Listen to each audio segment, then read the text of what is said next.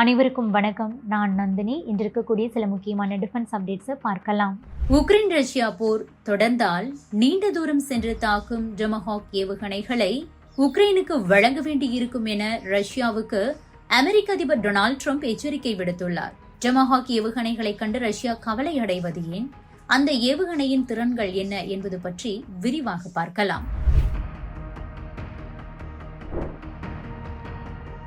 உக்ரைனுக்கும் ரஷ்யாவுக்கும் இடையே நடைபெற்று வரும் போர் 3 ஆண்டுகளுக்கும் மேலாக நடந்து கொண்டிருக்கிறது. இந்த போரை முடிவுக்கு கொண்டுவர அமெரிக்கா உள்ளிட்ட நாடுகள் மேற்கொண்ட முயற்சிகள் பலன் காணவில்லை. அலாஸ்காவில் ரஷ்ய அதிபர் புதினை ட்ரம்ப் நேரில் சந்தித்து பேசினார். அதன் பிறகு பல்வேறு முறைகளில் ஜெலன்ஸ்கியுடன் உரையாடியுள்ளார். எனினும் இந்த போரை முடிவுக்கு கொண்டு வருவதில் இன்னும் ஒரு ஒப்பந்தத்தை கூட ஏற்படுத்த முடியவில்லை. இதனால் அமெரிக்க அதிபர் ட்ரம்ப் ரஷ்யா மீது கடும் விமர்சனங்களை முன்வைத்துக் கொண்டிருக்கிறார். இந்த நிலையில்தான் உக்ரைன் போர் விரைவில் முடிவுக்கு வராவிட்டால் நீண்ட தூரம் சென்று தாக்கும் டொமஹாக் ஏவுகணைகளை உக்ரைனுக்கு வழங்குவோம் என அமெரிக்க அதிபர் டொனால்டு ட்ரம்ப் எச்சரித்திருக்கிறார். உக்ரைன் அதிபர் ஜெலன்ஸ்கியுடன் பேசிய போது அவர் டொமஹாக் ஏவுகணைகள் உள்பட ஆயுதங்களை அமெரிக்காவிடம் கோரியிருக்கிறார். இதனை அடுத்து ட்ரம்ப் இவ்வாறு பேசியுள்ளார். ட்ரம்பின் இந்த அறிவிப்பால் உக்ரைன் ரஷ்யா போர் மேலும் தீவிரமடைய வாய்ப்புள்ளதாக பார்க்கப்படுகிறது.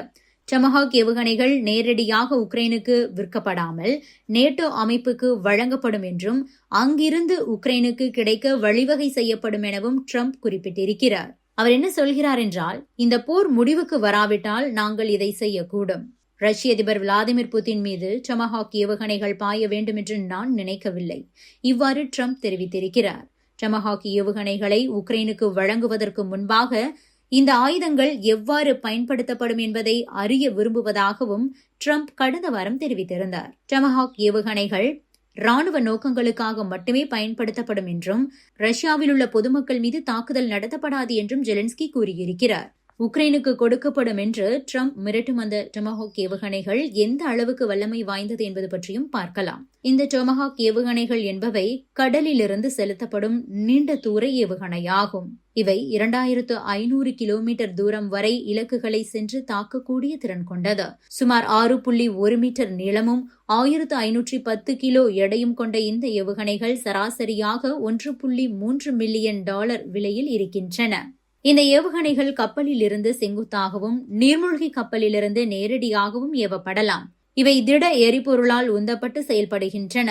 உக்ரைனுக்கு இந்த ஏவுகணைகள் வழங்கப்பட்டால் ரஷ்ய பிரதேசத்திற்குள் உள்ள ராணுவ தளங்கள், தளவாட மையங்கள், விமான நிலையங்கள் மற்றும் கட்டுப்பாட்டு மையங்கள் போன்ற இலக்குகளை தாக்கும் அதன் திறன் கணிசமாக அதிகரிக்கும்.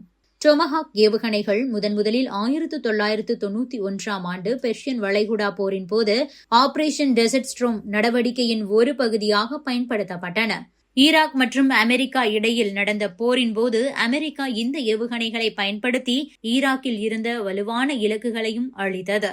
லேண்ட் பேஸ்டு ஏவுகணை தளங்கள், கமாண்ட் மற்றும் கட்டுப்பாட்டு மையங்கள், பாக்தாதில் உள்ள ஈராக் ஜனாதிபதி மாளிகை மற்றும் மின் உற்பத்தி நிலையங்கள் உள்ளிட்டவற்றை இந்த ஏவுகணைகள் தாக்கி அழித்தன. அமெரிக்காவும் அதன் நட்பு நாடுகளும் GPS வசதியுள்ள டொமஹாக் ஏவுகணைகளை சோதித்து ஏமனில் உள்ள ஹவுதி கிளர்ச்சியாளர்களின் தளங்கள் மீதும் பயன்படுத்தியுள்ளன என்பதும் குறிப்பிடத்தக்கது. Subscribe to One India and never miss an update.